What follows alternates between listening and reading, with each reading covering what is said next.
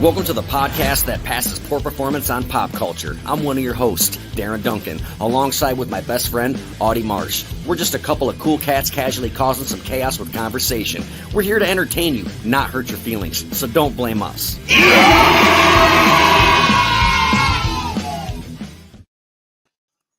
What's happening, dude? What's up, man? It is Friday evening. It's been forever. Don't I You say every single week you say that. You're like, this week has been so long. I hate my job. John Bernthal said it was the best job ever in the movie Fury. I thought the Army was the best fucking job ever. It is, but it's like a love-hate relationship. Kind of like the first girlfriend you have like in high school. You know, I it's guess, like, yeah. I don't know if I want to be with you forever because I got my whole life ahead of you. That's kind of how I feel about the Army. So what are we doing tonight, man? We got some badass motherfuckers on. I'm Yes, pretty excited absolutely. about this. I've been listening to their music all week. I've encouraged people at work. I'm like, yo, check this out. Like, they're coming on, you know. And some of the people at work have slowly been tuning into our podcast and everything, and I've got them tuned into this. So hopefully they tune in because I was hyping it up at work. You know, it's a large following. The Army's a large following if you can just get people to quit drinking and watch. For sure. That is the struggle. Let's bring them on, man. We got Lydia's Castle.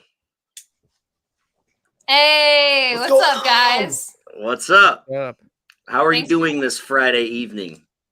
Yeah, we're doing good, man. Just excited to be on your guys' show. Thanks for having us. Yeah, thank you for taking time out of your Friday night to hop on. It's exciting. Absolutely. Now y'all are in you're in Tennessee, correct me if I'm wrong?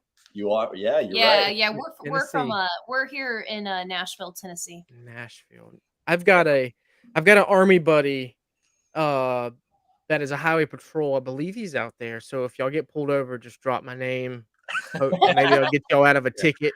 Yeah, that works every time. Yeah. Just mention my name. They're probably like, Lydia. They're like, who? No. Do you know who I am? Yeah. I know Audie. Like, I have no idea what you're talking about. So I got a question right off the bat. Lydia's Castle, is that Greek mythology related? It's not, unfortunately. Okay, because Lydia's a kingdom in Greek mythology that was ran by the descendants of Hercules. So I was wondering, if that's where you got it from. What does it mean? Yes, I've ever heard. I was educated guess I've ever heard. Thanks for giving us the meaning behind our name. Yeah, that's right. You're the winner. Yeah. So what does it mean to you guys? How'd you come up with it? Yeah, so Lydia's Castle is just a really special personal meeting between Cody and I. Just long story short, we ended up going through an infant pregnancy loss, probably about just a couple of days before our due date. And her name was Lydia. And through going through that tragedy, we ended up having to figure out who we wanted to be as people again. And so in rebuilding ourselves, we built Lydia's Castle, and through tragedy, we found a bright side and a way to, honor her and her name. And it's just to inspire other people that you can go through awful times in life, and there can be a positive spin on it, a positive outcome at the end. Right. That's really deep. I didn't expect an answer like that. That's amazing. The Greek mythology thing. I was about to say, cool, yeah. Darren, you should seem like an asshole. You should have never asked that question. All right. Fuck me, right? You're the winner. I wasn't going to say it. Yeah. No, it's cool, man. It's cool.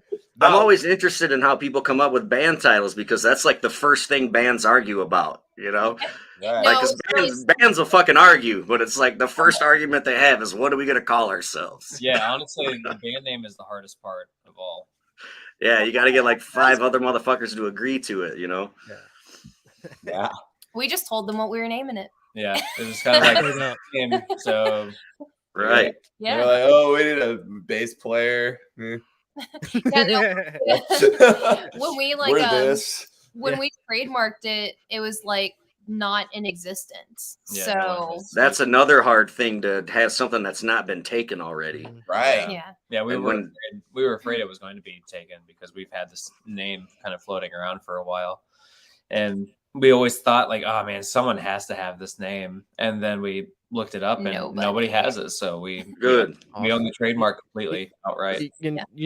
Mentioning that, I was just talking to Darren before we brought y'all on. Is the SEO and analytics on Google? Like, you put your name in, y'all are like, boom, it comes up. So kudos to y'all for that. That's it took us a little bit to get on the Google because of the SEO and stuff, but y'all are like all over, which is a great sign that the SEO is reading. So kudos to that on the name. That's genius, and that's just me being a nerd thinking social network type stuff. Yep. But that's Yeah, good. you definitely want people to be able to find you. Otherwise, what's the goddamn point? And you don't want them swimming through 9 other Lydia's castles until they're like, oh, that's the one. Like, I never understood that about having band names you can't pronounce or you can't spell, or like the death metal bands that have the fucking same font that looks like a pile of shit. It's like who? Looks like a bunch of snot running down the wall. Wet. Yeah. You can't even tell who the hell they are. Right.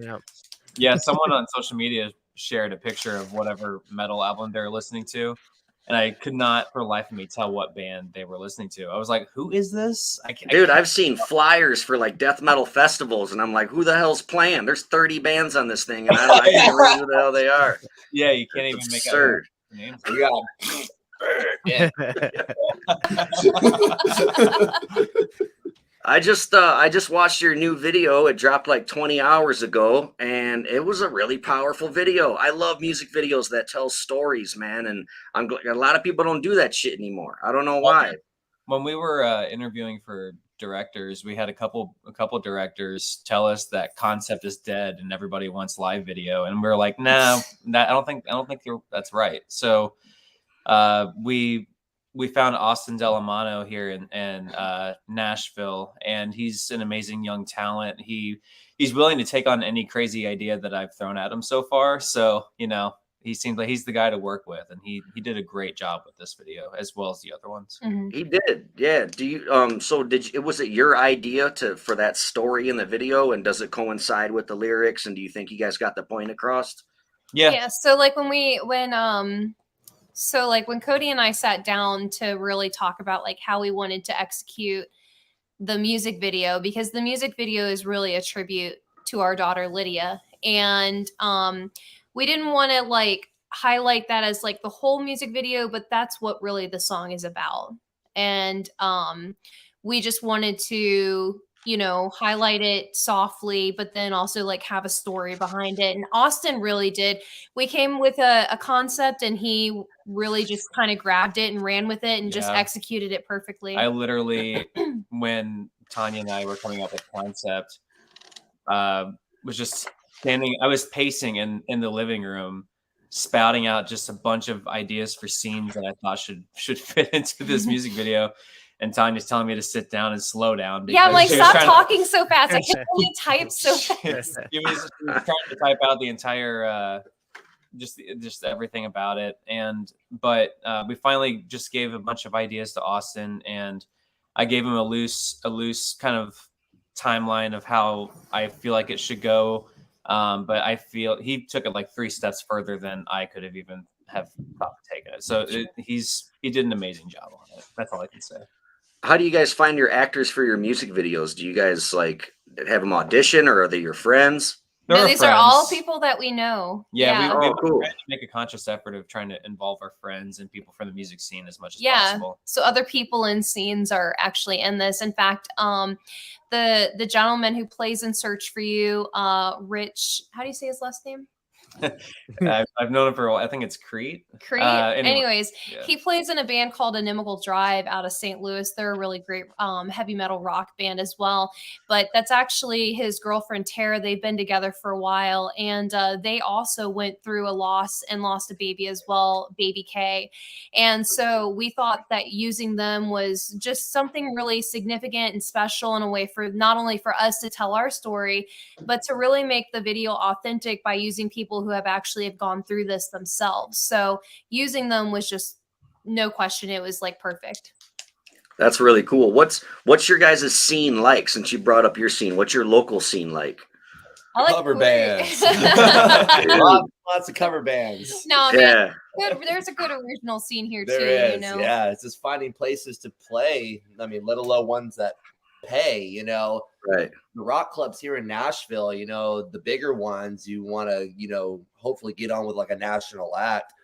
Otherwise, it's just like little dive bars or other bars that you're probably gonna work for tips or play like an hour set if anything, or get a bar tab or door split. So, the scene, like, it's an industry town more than anything. Like, everybody is based here if they're not in LA or New York, that's really wanting to pursue the career. So many people live here. everyone from LA and New York is moving here. Yeah, right. Hey, Really? we live here too, so Yeah, we're not I from mean, Nashville. The goal is to not, play in Nashville. It's to get out on the road and be based in Nashville. Yeah. So the scene is very alive and thriving. It's just not as loud as the rock scene in LA used to be, or maybe it even is now. It's not it's loud, it's rock and roll, but A lot of the people that are in the rock scene that play in original rock bands also play on Broadway too. yeah. So, and that's the thing is that, everybody that's in an original band, at least probably half of the members in that band are playing covers on Broadway. And so, people make their money doing that, but there's a lot of really good original bands here. I think Like that Beyond Here is great. there's a lot of good bands, and I think that the scene is coming around, and I think that people are getting excited again after we've been locked up for Ever. a year and a half, Right. and then people started getting out really just at the middle of last year, to be honest. I'll add one- everyone's excited, everyone wants to get bands together and everyone's writing music. So I think you're going to see a change in the original scene here in Nashville within the next couple of years. I think it's really going to build into something that's going to be, memorable and leave a Yeah, mark. that was another thing I was getting to, is I do see it happening. It is trending that way, Mhm. I'll add one more thing is, Yeah. the one thing that I really like about the scene here is that it's one big family. One of the things that I've noticed is that, it's not clicky. Like, I see people who go to rock concerts, go to country concerts, and go to like reggae concerts. And it's not like they just stick to their own little group. We see a lot of people who are just constantly getting out because they love music. They want to just support people doing original music because it is hard. Yeah. And we know that. And so I'll just add and close with that, the Nashville scene is growing and thriving. Yes, there is a big cover band scene, but everyone here is just wanting to help everyone grow and become the best they can be. Yeah, absolutely. Nowadays, and Darren and I has been talking about this. Nowadays, it's easy for anybody to pick up a phone and record and blast it, and it seems like come one hit wonders through the YouTube and the apps. For a upcoming band, or bands, or even bands that's been around, it seems like the social media scene has really put a damper on the original, I guess, band networking in Nashville. You go to LA, Nashville, I don't know, Chicago, those bigger cities, and it's all about the network. And that's awesome that Nashville is not clicky like that, because in a sense you're bringing it back to where I'm going to social network with the local bands, and one of these will make something, come something, and they're gonna remember me, Lydia Castle's going to remember those, and it's a network. So that's awesome that you bring that up. That Nashville is breaking loose and getting out of that whole clicky. Because I have a friend that was coming up in music, and he said that when he was doing it, it was cliques. It's like Yeah. everybody hates us because we're not with this crowd, or we sing this but we mix that. So that's Yeah, awesome you bring that up. That Nashville is broadening. Our and scene up here is 100% clicky. It's a big old pissing contest. That's how it is up here. And like even the metal scene is separate, because this guy fucked this guy's girlfriend, so you basically shows with this guy. It's fucking crazy. But one good thing about being in a scene in the Midwest in general is you can get to any major city in like a 6 to 8 hour drive. That's true. Yeah. Yeah. So you can get right the fuck out of town, and you could tour the whole Midwest. You can make a lot of money in the Midwest being a regional band, because Because you can go up to Michigan and back in a day or two, you know what I Yep. mean? And you can hit every fucking bar on the way up, do a 2-week leg, you know what I mean? And that's where the money's at if you want to tour. And then you don't go. It's like if you're in Texas, dude, you could drive for 16 hours and still be in Texas, you know? Never ends. Yeah, I remember like somebody telling me a long time ago, like you're never gonna remember like what somebody said to you, but you're always gonna remember how you made someone feel. And you know, taking 30 minutes out of your day to like go to another show that even isn't your genre and meeting that new person, you know, people remember that, and that's really kind of how Lydia's Castle has kind of grown organically. Is we get out enough to where we introduce ourselves to enough people where you do that enough so that people say, hey, we know who you are. You know, that's the goal. And you do that by branching out and breaking out of your shell. Absolutely. 100%. Do you guys hang out at your merch table a lot and meet and greet yeah. and all that shit? Every show. Yeah, Yeah. I absolutely. love bands that do that, Yeah, man. that's what it's about. That's Right. I hate the guys that are on the bus just they're No. way too cool to be in the bar, you know. It's like, why are you even here then, dude? Yeah, and I mean, even John, you know, like You're our drummer shy. John, he's like from Stain. He played in one of the biggest bands like ever, you know. Right. And even him, like he comes to the merch booth and he talks to people and he takes pictures and he signs things. And you know, we had a guy last weekend we played in Clarksville, Tennessee. We had a guy come all the way to St. Louis just for that show. From St. Louis for that show. And we hung out with him the whole time at the bar. And, you know, he has sent me like several messages since that show saying that because especially Cody hung out with him so much, he's taking guitar lessons now. Like he wants to learn how to play our music and he wants to learn how to play guitar. Like, That's so cool. dude, that's what it's about.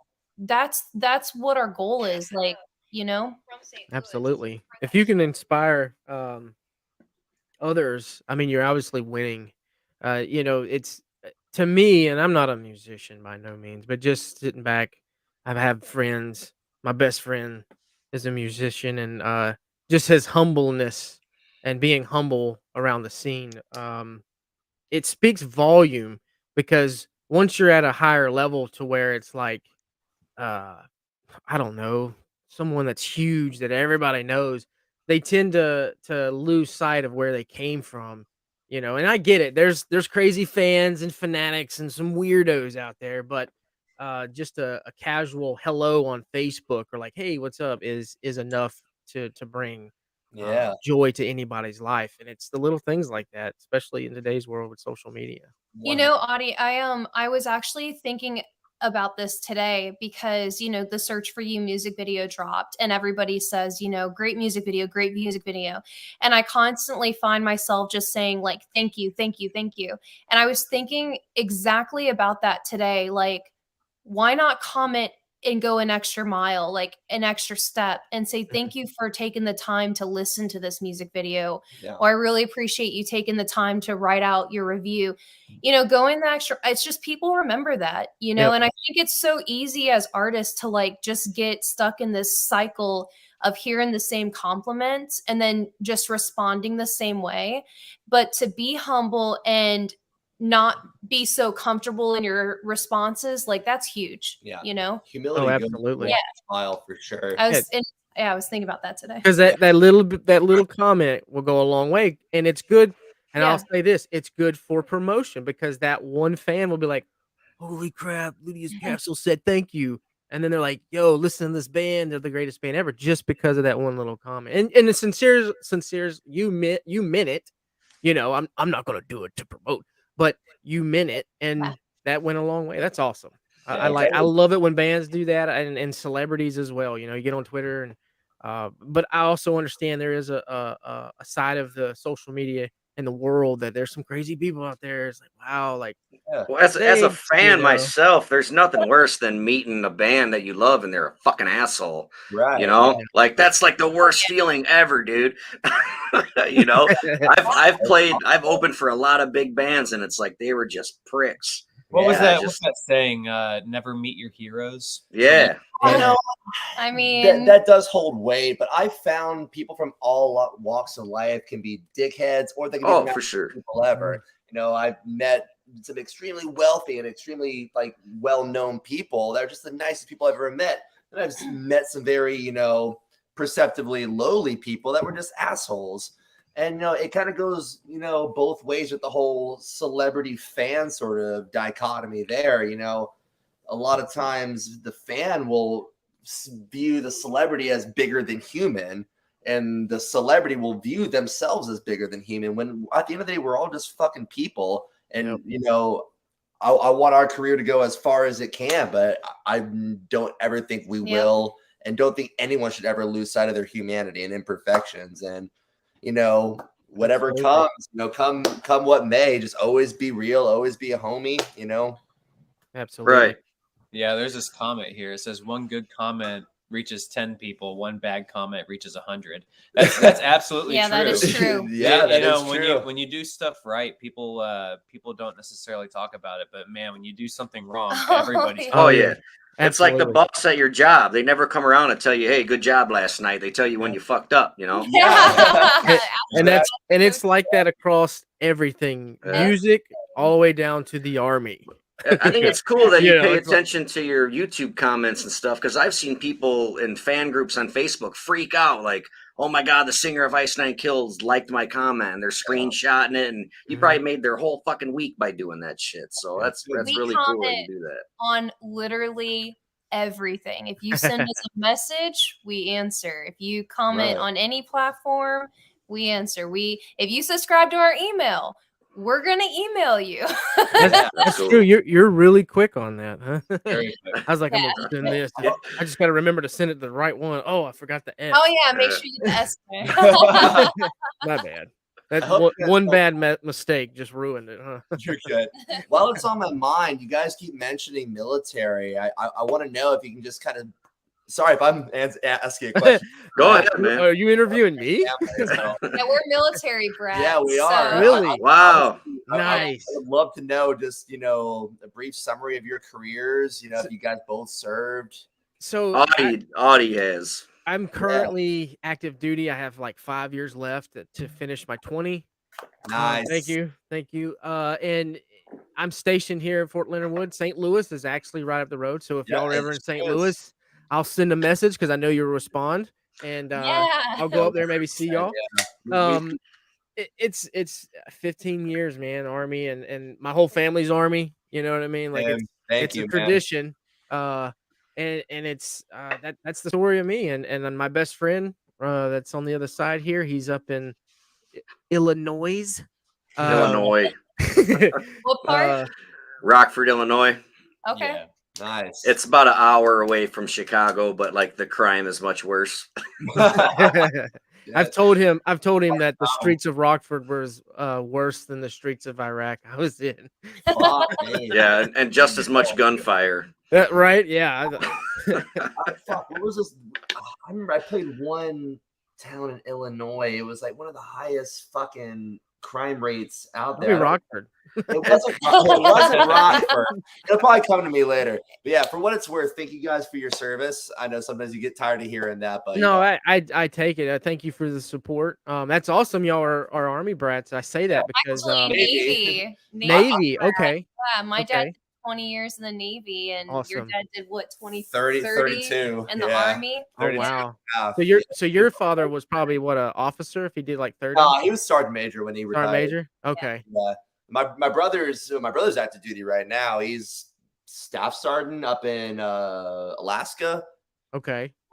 I can't remember. Anyway, Wainwright? That's cool. Well, hey, since you, Audie, you're close to St. Louis, and Darren, if you're interested as well, we haven't announced this yet, but we will have a show in St. Louis. We're going to announce in June. So if you guys are in the area, once we announce that, we'd love to buy your guys' tickets. Cool. That's awesome. Come down Yeah. and with us. That would be Hell awesome. I was Yeah. going to say, too, I can point you in the direction for if you ever come up into my area on the places to play. In fact, there's a promoter out here, or a booking agent or whatever. His name's Jordan Crawford. And when I mentioned that you guys were coming on the show, he's like, I fucking love that band. And he said he's been trying to get you in Rockford a couple of times. really? Yeah, Oh. I swear to God, his name's Jordan Crawford. He's probably watching, but Nice. I will. I wrote Yeah, the name down. I'll check it out. I'm usually, like I said, I'm really good about messages and stuff, but I'm super bad with names. I'll respond all day long, but names, I need a name tag for everybody. Yeah. I mean, That's Yeah, right. it's funny. Yes. Audie's production company who runs all of our stuff. It's called Audie Marsh Productions. It's AMP. Well, the dude I'm talking about, his coincidentally is also called AMP, but it's yeah, It's it's also A-list Midwest Promotions. No. So if you get a hold of that guy, he can definitely get you some shows up here. Yeah, That'd be no I problem. wrote it down. And you'll get paid. They'll pay you. I promise. That's fine. Well, So just a second, fellas. when major or not like when the bigger bands come to your guys' scene, do they give locals opportunities to open up for them? Is it a pay to play? Do you guys got to sell tickets, or are you guys typically the headliners, or how does that work? yeah, so recently, like the majority of the shows that we have played have been for national acts. And like we've opened up for Diamante, Renee Phoenix with Fit for Rivals, and then I believe it was As I Die Last or something like that. But anyways, we do sell tickets here. And we have no problems with doing that as well. Around Nashville, we'll usually bring about 150, in St. Louis, Nashville. But we don't have a problem with and that's before releasing music, but we don't have a problem with selling tickets and doing that kind of thing. That's kind of like the grind that we're used to in St. Louis. So Right. Yeah, there's up here like when a national comes through, they'll have the local. That's how the nationals get paid, is by the local bands selling tickets to the show. Yep. And then Yeah. that's how the locals get to be on the bill. There will be opportunities here. Our friends True Villains are opening up for Striper. Oh, cool. So, yeah, so that's pretty cool. But there are opportunities like that. I haven't seen that nearly as much here as I did in our scene in St. Louis. Yeah. There's always good opportunities there for opening up for national acts. Like I've opened for Buck Cherry there. I've opened for Hawthorne Heights. Just a bunch of different bands. Taproot. I bought a red jumpsuit in St. Louis. Red That was I jumpsuit. opened up a red jumpsuit at the warehouse in Clarksville. Oh, really? We've all opened up red jumpsuits. I will say that here, I don't think it's quite as common as it is like in St. Louis, but there are opportunities like that. But the majority of shows that we play are local shows. We're trying to build a local scene here at the end of the day. Yeah. Right. So, Regionally. we're trying to build a natural following. We're not trying to jump states, trying to play one-off shows and, Seattle and then go down to, Wyoming or whatever. You know what I mean? California. It has to make sense. You got a bus. you have to spider web out. Some bands will kind of try to jump all the way to California immediately. Yeah, there's no point in that, man. You gotta build in your area first and slowly branch out. I But would it might not be that way all the time. I don't know, man. Yeah. Dude, there is nothing more I'd love to do than have play a set at the Whiskey A Go Go on That would be Sunday. Yeah. You know what I mean? Yeah. Like that was always my childhood dream. But Right. I don't really see the value in just trying to play one-off shows there when we're all the way over here. Yeah. We can do it cheaper here and Exactly. still build a following. It doesn't matter where people live, as long as they like your music, they're going to find a way to come to a show. Absolutely. Right. And there's obviously people out there listening to you, because your Falling Into Place music video has almost 20,000 views on YouTube, and that's impressive for a local band. You know what I mean? Or whatever. That was kind of weird how it happened, man, because we released the video, and then I think 2 days later it wasn't really doing as well as Phoenix for the first 2 days, and it was like, whatever, that's fine. Maybe this is just not everybody's style. And then we did an interview with our radio station here in Nashville called 1029 The Buzz, and it's like an alternative, like 90s 2000s rock type of station, and they have a local scene every Sunday night. So we went on and they played a couple of our songs, and we were only in the studio for 30 minutes, and we walked out with like 500 more views on our video. And then for the next week, I think it jumped up probably like 2,000 views for 2,000 views overnight. So people, and then for the rest of the week, it went up. It went up at least probably, I think, around 10 or 15,000 views. And that was the radio station putting that out? Yeah, that was just a local radio station. Wow. It reaches out, I say that's surprising, because it's like you almost feel like radio's dead at some point with everything You I- know, Yeah, with that's a good everything, you point. know. I certainly know. wasn't, dude. Certainly wasn't expecting that. I mean, but Yeah, they thought that's about good. it too, because, like, people, they like Word to of hear mouth, their man. word of Yeah. mouth. But I think also that kind of tells me that there's people out there that are looking for new music. Yeah. Mhm. And for the fact that, like, that many people decided to go look up our video after A local show, after like just a like Sunday night Exactly, local and that's what I'm show. saying. Like, You know. it takes a lot for someone to give a shit to like hear a band and then actually want to like look them up and listen to more. Right. Most people Yeah. hear a And band you, on the radio. you only got like the first 45 seconds to impress somebody, Yeah, right. man. Attention spans are so few and far between these days. Man, that Right. song slaps too. So, That yeah, opening just- riff and falling it's- into place, like Dude, the video is badass, and I gotta ask, yeah. I don't know if it's your guitar player or what. It's got to be one of you two. But were you going for like the innocent guy, or were you going for like the Charles Manson guy? Oh, total Charles Manson. Okay, because I'm like either. I was sitting here thinking, like, oh, I know John's not going to act like a fool, and Right. Jamie had his own character going on, and Tanya's supposed to be, I don't know what she's supposed to be. She's supposed to be like this She's funky. just pretty. She's supposed to be Yeah. pretty on there. Yeah. Well, she's just supposed to be that fiery redhead. So I was Right. like, well, we don't have a crazy prisoner, so I played the crazy guy. Yeah, because you're jumping up and your cuff moving, and like, is he saying it wasn't me, or is he saying I'll fucking kill you? No, Like, I was actually totally admitting to cutting the pizza delivery guy's throat because he brought me a pepperoni Oh my gosh, pizza it's instead of a so mushroom funny. pizza. Literally, if you listen to the audio, I was talking a bunch of nonsense. I just made up a story on the spot about should I cut the pizza? Shouldn't I cut the pizza? yeah, and I cut the pizza. yeah. It was really dumb how it came across, Oh, but I think it looks cool. I don't know. It was a cool visual. no, it was really cool. I liked it a lot, man. Yeah, it was nice. Thanks. Yeah, that was kind of a brainchild between Tanya and I. We were originally we had a different concept for that video. No, you're sugarcoating it. Let me tell the story. Okay. Like What's the real story here? 5 days before we filmed that, we were supposed to film this in someone's backyard in the woods. Like it was gonna be just a live take of it.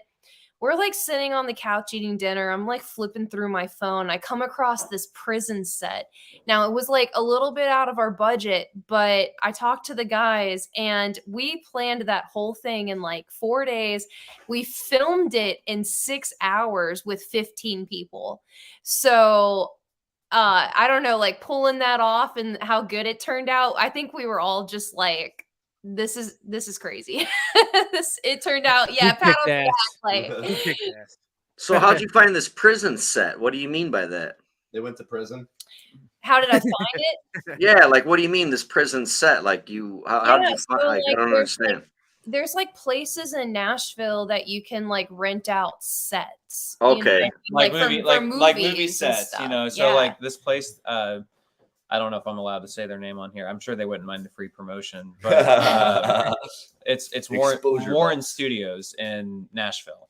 So they have several different locations, but with this one location, they took over this old paint factory, Mhm. and it has several buildings, and like it's not really like they make you sign a waiver for a reason. Yeah, it's kind of one of those places. You could Okay. literally fall through the floor You and could probably fall through die. the floor. Yeah, Oh, it's- shit. you gotta Like straight up. like we had to get insurance the entire thing. So Yeah. but they have different scenes set up and they look really good. Like they have one which is the prison setup where they had like the warden's office, the interrogation room, and the cells. And then they also had another one where it was a hotel room, and it was a very believable hotel room with breakaway walls. So that way, like if you wanted to film somebody in the bathroom, like opening their medicine cabinet above Oh, the that's sink, cool. you could be on the other side with the camera and you could see them open the door, and it's the Oh, camera's right in your face. It's really cool. Pretty But they cool. have a bunch of different spots like that.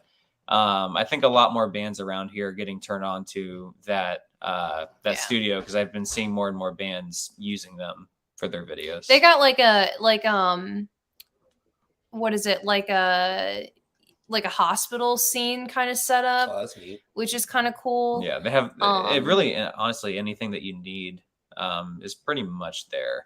Yeah. Yeah, you just got to be prepared to like move your stuff probably up 2 flights of stairs and like 50 yards over there and things like that. You might get mold poisoning like on the Oh, first nice. go, but it's okay. Here's a little bit of asbestos. You'll be fine. Yeah, like at the end of falling into place when my face was on like the floor, I was like, I'm gonna get mold poisoning. Yep, it's mold poisoning. And I did that like 10 times. Like It's well worth it.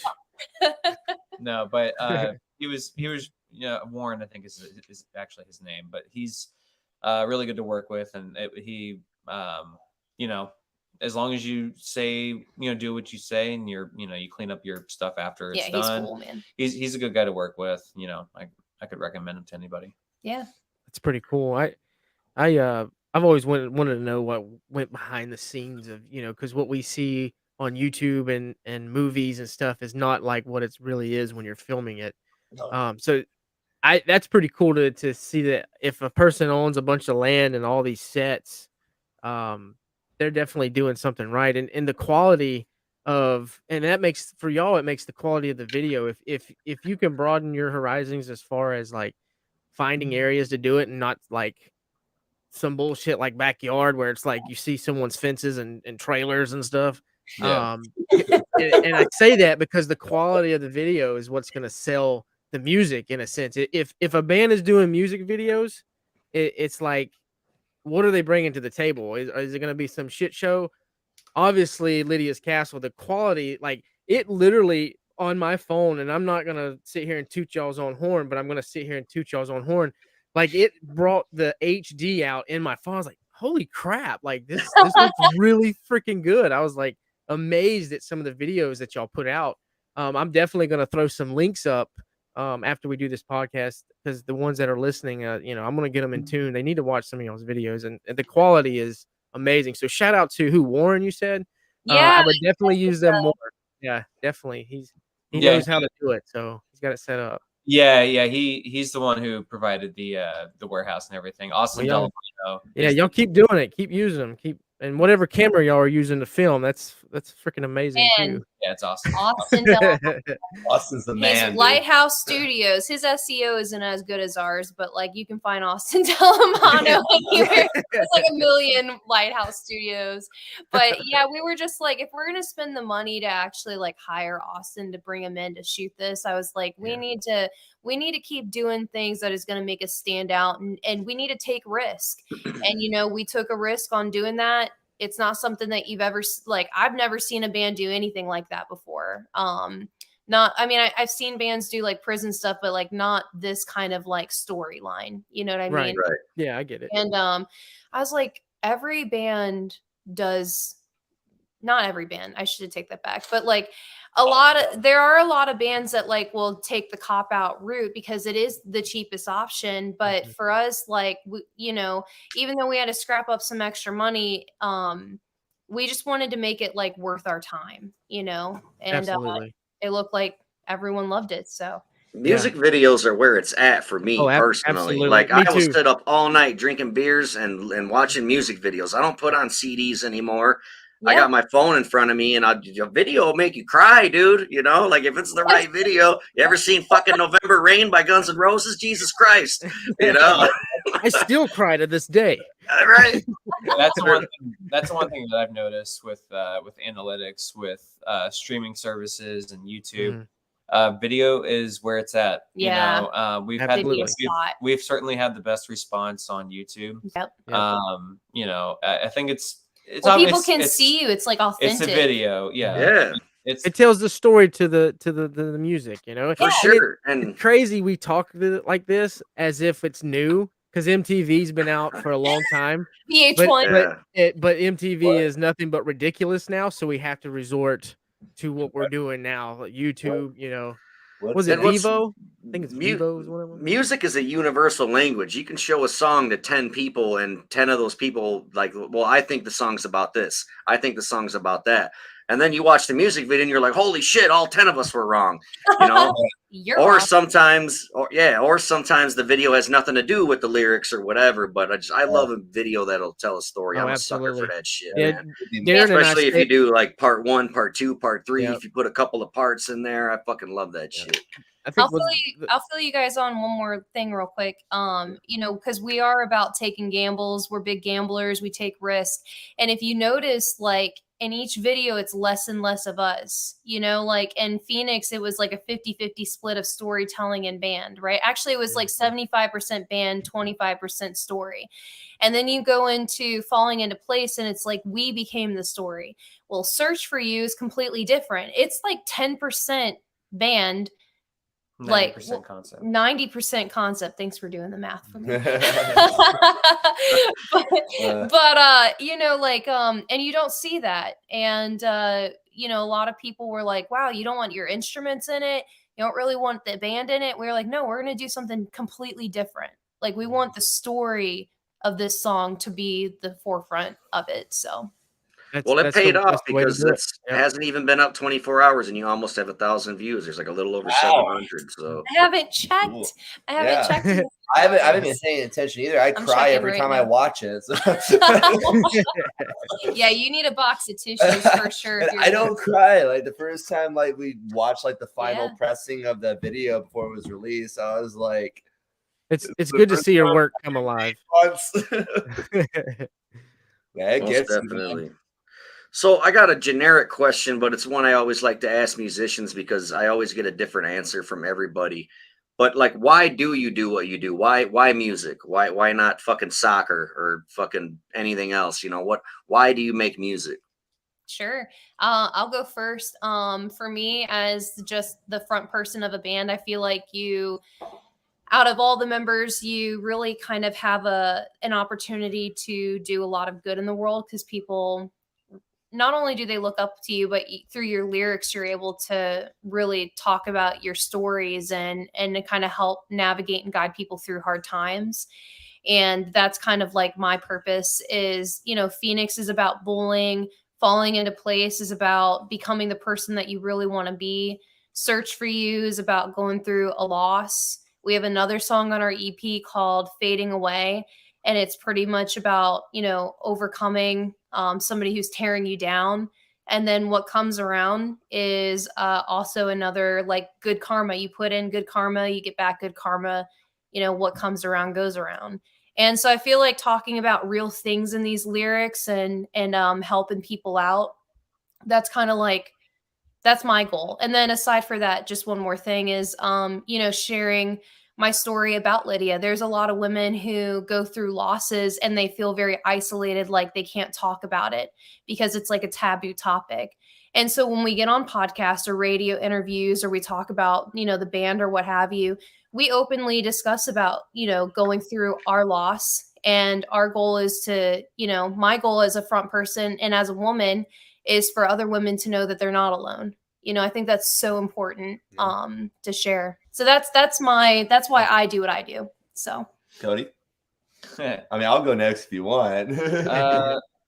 Yeah, sure. Go ahead. Yeah, I mean, it's pretty simple on my end. I just can't fucking get away from it. Yeah. Like, you know, I started playing, you know, I'll fast forward to I picked up bass when I was 11 in 7th grade. You know, it was the first instrument where I actually started getting traction on. And then once I was able to play songs, I could play my favorite songs. I was like, holy fuck, this is more important than anything else. Oh, what? I get to go to college on Dad's GI Bill? No, squander that. Go play in 3 It's like, yeah, no, it makes no sense to the logical fucking mind that all these other stable paths I could have taken that were essentially just rolled out for me, even though I knew what that was probably the perceived right thing to do. You know, music should be a hobby. Is like, no, dude, like music is such a powerful force, it's and like a drug. It is, and when you can put your hands on it in some way, and you're literally taking intangible air, you know, whatever's out there in the fuck, you know, and you noise that is just amazing, and it's so powerful, and it just overtakes me in everything I do, and yeah, I can't escape it, and I've learned to embrace it, and yeah. I think it's hysterical that you could have went to college for free and you're like, fuck that. Here's 4 strings. Like, yeah. Like, oh, Mom, You tell your mom, when I grow up, I'm going to be a musician. And your mom says, you can't do both. You know? You're not wrong. Right? Yeah, it's just, once it grabs a hold, man, you can't get away from it. If you got the music in you, you got the music in you. Some people have more of it. Some people have, enough of it. Yeah. Some people have, everyone has just enough to connect and feel. But when you have that in your bones to where you can make the music, people can do it just, you do it enough to satisfy yourself and satisfy the people that listen to you doing it. And I always thought people that aren't into music are fucking aliens. Like, it's just so strange. Like, how can you not be into that? Like, oh, I only listen like in the car on the way to work. I'm like, what? Like, this shit runs my life, dude. Yeah. But I don't know. That's just crazy. Yeah, What about you, man? He's still figuring it out. Why do I do what I do? I don't know. Because guitar gets girls. Like, does she make you play the guitar? You're going to be in my band, God damn it. You are nerd. Man, I think my reasons change all the time, to be honest with you. That makes sense. My original reason was because my dad is a guitar player and my mom is a bass player, and they both met in a band. And so it was kind of instilled in me that, there was always a guitar hanging around. My dad's acoustic was always, I still have it. Mhm. It's always been hanging around, and I would pluck away on some chords, and I thought it would be cool to play music because, for one, my dad did it. I would watch him sing and play guitar and record and do all these things. So at first I wanted to do it just because he did it. And then I grew to appreciate, players like Randy Rhoads and Eddie Van Halen and Jimi Hendrix, Jimmy Page, all those guys, the classics. And you get into people, like you get James Hetfield, and you got people like John Frusciante from the Chili Peppers, and you just get you start just engulfing yourself in this music, and you start realizing that the reason you do it is because it makes you feel good. So ultimately, that's why I do it, is because it makes me feel good. I think everyone's got quirks about them and things that help them, and this is just one of those things that helps me. But I think it would be cool if it impacted other people as well. I think that's a good reason to do it, and I think that's part of the reason why I do it is hopefully it reaches out to somebody. And you hit the nail on the head there. Yeah. Feeling good, man. It's all about feeling good, whether it's me feeling good or other people feeling good. Yeah. I just hope that it feels good. It's free therapy. Well, I shouldn't say free therapy because being a musician is expensive as fuck, but it's kind of free therapy, I guess. It's free for me because I'm not a musician. Yeah, right. I joined the army. I can't play anything. I was like, I'm just gonna. Like, when you're a drummer, man, it's like owning a car, because if something breaks in your drum kit, it's a couple $100 to fix it. Man. Or when those poor goddamn drummers hauling all their shit, and the singer's nowhere ever to be found. Like, what's a fucking sound check? Are you guys like that, or is that just me? No, bro, I do my own sound check. Yeah. we're not like most bands. Our inner band dynamic is different than most bands. We got our guitarist and singer are married. And John's been in the ringer with Stain. He knows, he's got the most experience out of this band. And me, I've been playing live music since I was 13. I've been doing this for a while, but like this is the first band, like original band I've been in that's really, I hate to say it to anyone else I've played with in a band that's been listening, but has had their shit together in the right way, so to speak. And yeah, I feel like anytime we're out at a show, we stick together. Yeah, we hang out outside of being a band, which is cool. Yeah. So like we'll eat dinner together on our rehearsal nights. I'll make band dinners. Because usually like we're rehearsing from like 4 to 7 Monday, Tuesday, and Wednesday. So it's like right in dinner hours. So like we'll have like vegan tacos and like healthy, like try to eat some healthy. And I'm mad about it. No, that shit's important, man, because like every band I've ever been in, we never really hung out much outside of the band stuff. So you kind of feel like strangers, and then it starts to feel like a job. It starts losing its fun. So that's really cool that you guys all get along and genuinely enjoy hanging out with each other. It's not just like, oh fuck, now I got to go to practice, I guess, because it's Monday. No, bro. That's awesome. Like babysit John's cat. Yeah. Like we go to cookouts and shows together. Like we went to go see 10 Years together. We were going to see Mammoth together. We like get out and we do things. So this is our family. How'd you guys hook up with John? So you want to tell the story? Yeah, sure. Tanya and I, we put out an ad for some members to start Lydia's Castle, and this was at the beginning of 2021, so last year. Was that last year? It was. Yeah, it's been about a year and a couple months. What year are we in? Sounds like me. We put out an ad, and then long story short, we met him through a mutual friend, and John liked the music. He wanted to stick around, and he, stuck with us, and we developed the songs, and he's just been with us ever since. He likes it. He was wanting to do something original again. He didn't really want to do the whole cover scene. He was just looking for something to sink his teeth into, and he found that in our music. So he ain't done yet. Yeah, it wasn't. It was one of those things where we actively tried to seek him out. We just kind of ended up in the same room together, and we vibed so well. We just decided that we wanted to try it. Yeah, so. and dare I say it, I feel like we're trying to break a whole lot of stigma with this band in many ways than one. It's like so many people say that there's a point where you're too old to play music, or you can't play music if you're married, or you can't play music, blah, blah. Like, there's all these misconceptions where, dude, it doesn't fucking matter, And I think we're just trying to prove the world wrong in a whole lot of ways. Right. It doesn't matter if John's like 100 years old. No, he will still playing those shows. We gotta go pick up John at the nursing home. We got band. We gotta make some vegan tacos. Tanya's making vegan tacos. We can pick him up. Don't tell him I said that. Right? Yeah, you guys don't even know that the drum kit hides his wheelchair that he's sitting. Yeah. Don't tell him we're saying this. He seems like he could kick all of our asses. Dude, old man great. Someone he said looks we like have a grizzly Gandalf. bear, man. He's he's such a tech.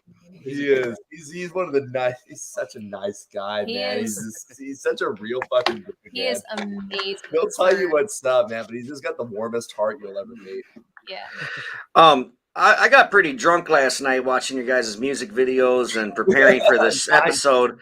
And I wrote down like 20-something softball questions. And for some reason, I wrote down duct tape on mic falling into place. So what's up with is there duct tape on a microphone in the music video? Yeah, he doesn't remember. So here's what happened. It's not a big long story.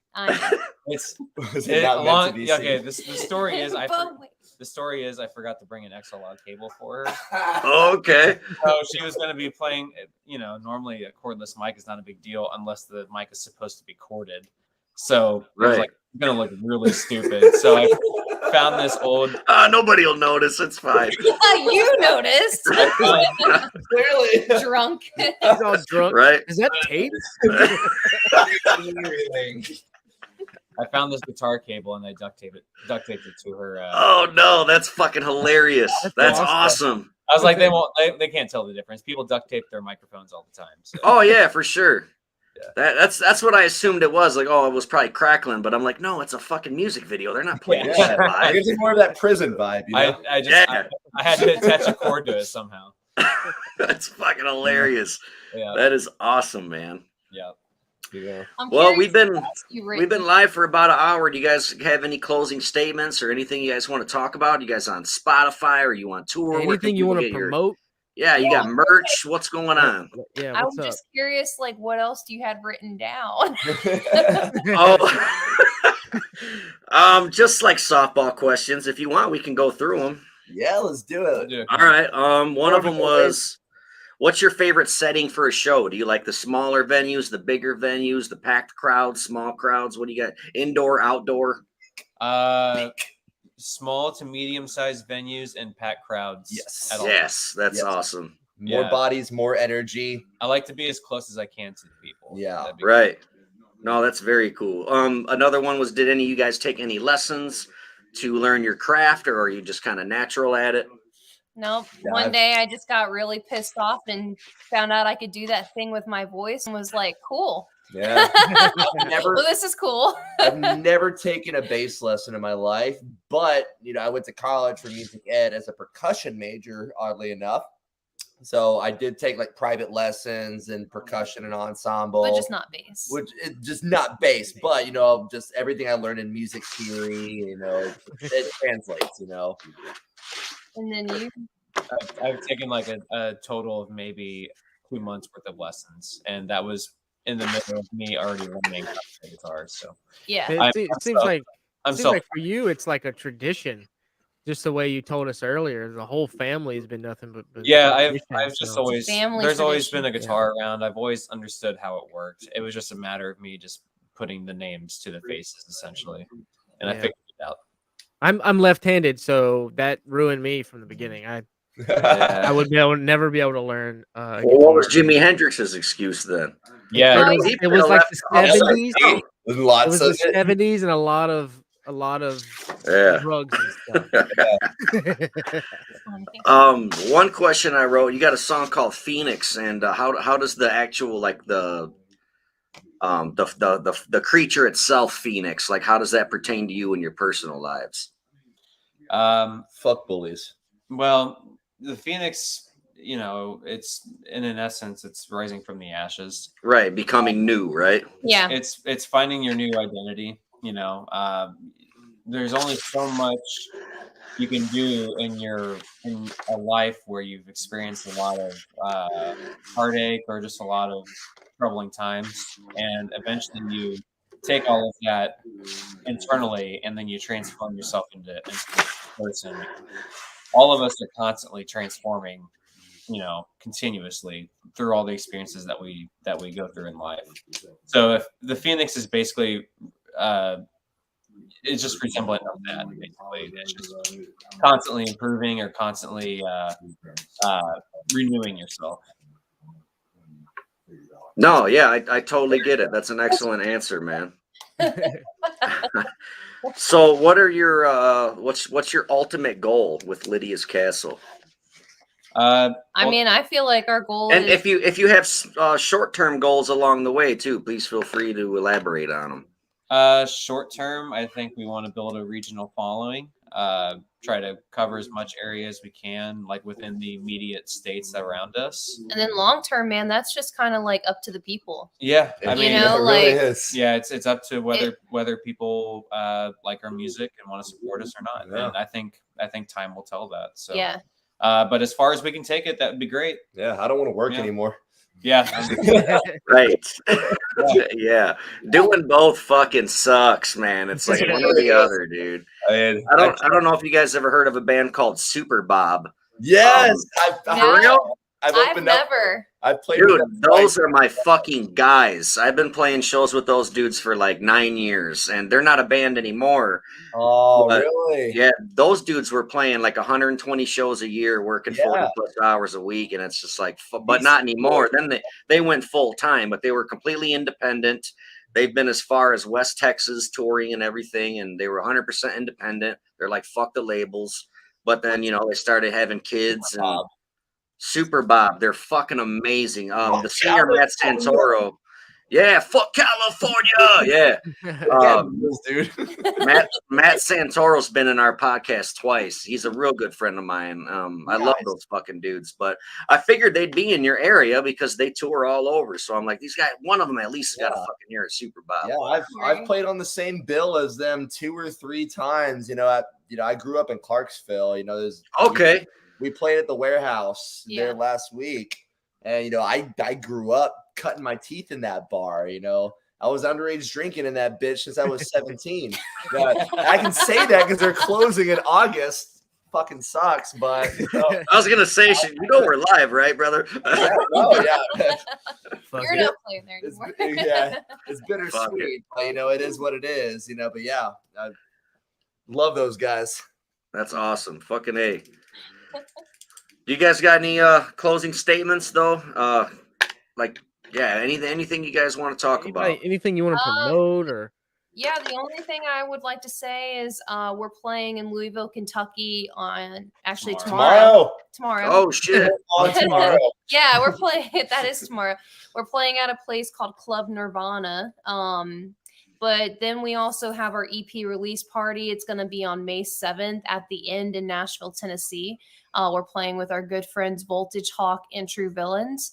We're also going to be dropping our physical EP release or physical EP CD that night. Cool.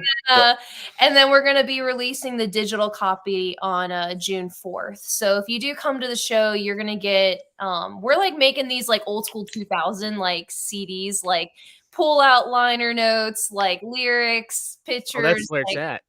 yeah, like Yep. bringing the art back to that again, you know. That's awesome. So physical to it, ones yeah. May 7th, digital ones June 4th. Come to the show. You get to hear all of the music before anybody else Oh does. yeah. And then we're looking to also have another show in June, which we'll announce soon, and hopefully see you guys there. That'd be super dope. Yeah, I'll try to get up there. I really will. It's only like a 2-hour drive. Yeah. So I will definitely mark it on the calendar. I'll pay attention to the emails and the Facebooks and whatever date y'all come out with. I will do my damnedest to get my ass up there. It's only 2 hours. Yeah. I want to go to the merch table and get like pictures and stuff and be like, hey, Yes. Awesome. remember this? You know, now Lydia's Castle is like in Hollywood. I'm like, you remember Audie? That guy smelled. He stunk.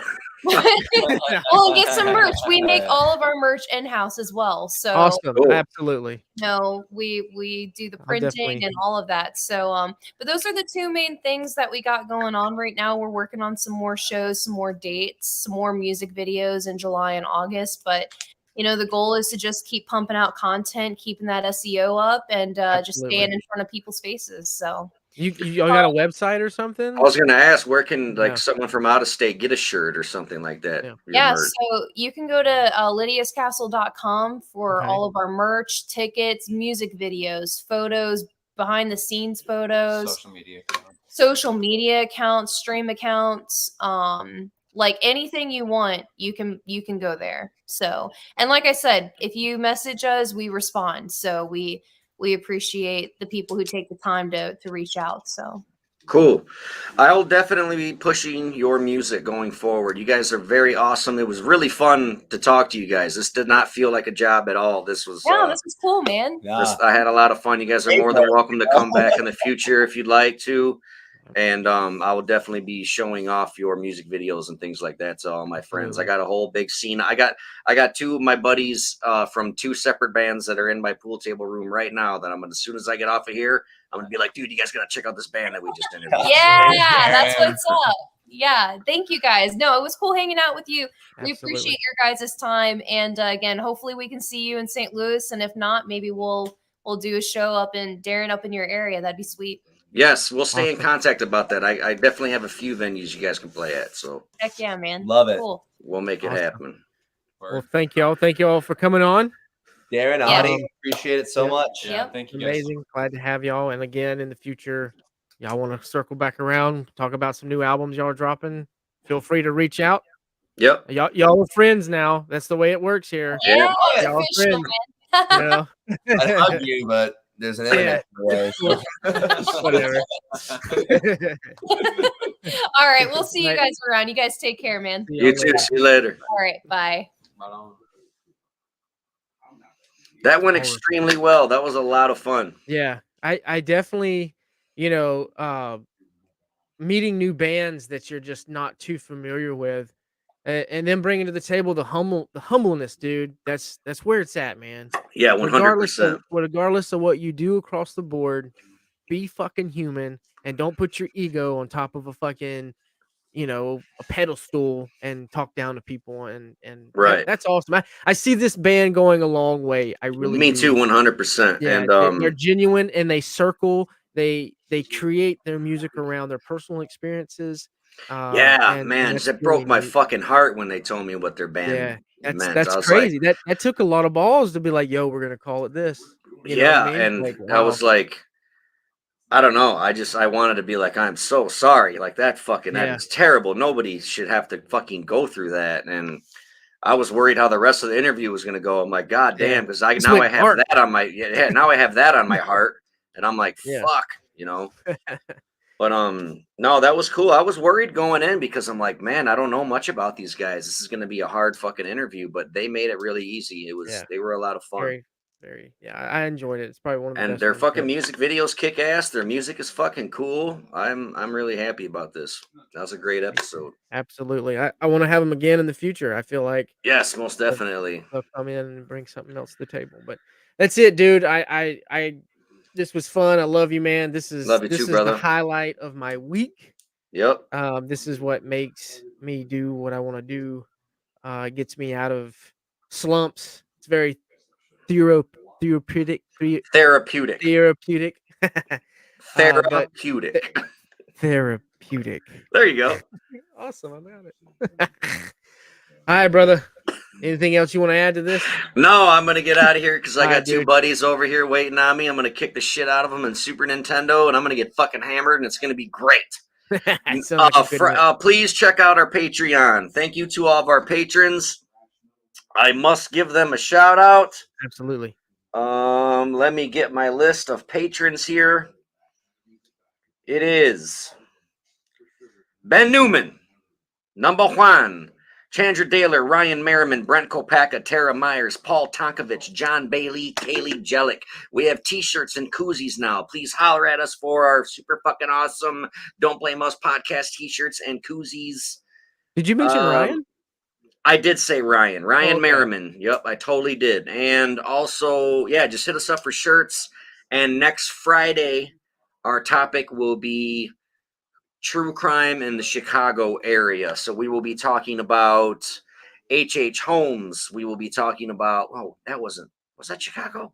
Hey, was H.H. Holmes in Chicago? Dave, with H.H. Holmes, that was Chicago, right? Yeah. H.H. Holmes? I'm pretty sure. Yeah. So yeah, Chicago. Like, whatever. It was Chicago, goddammit. And then Conway Basie, of course, Richard fucking Speck, and we'll talk about Al Capone and specifically the St. Valentine's Day Massacre. So that's going to be a great fucking Sounds episode. good. Yep. All right, brother. Love you, brother. I'll see you later, man. All right, man. See you, dude. Peace out. Yep.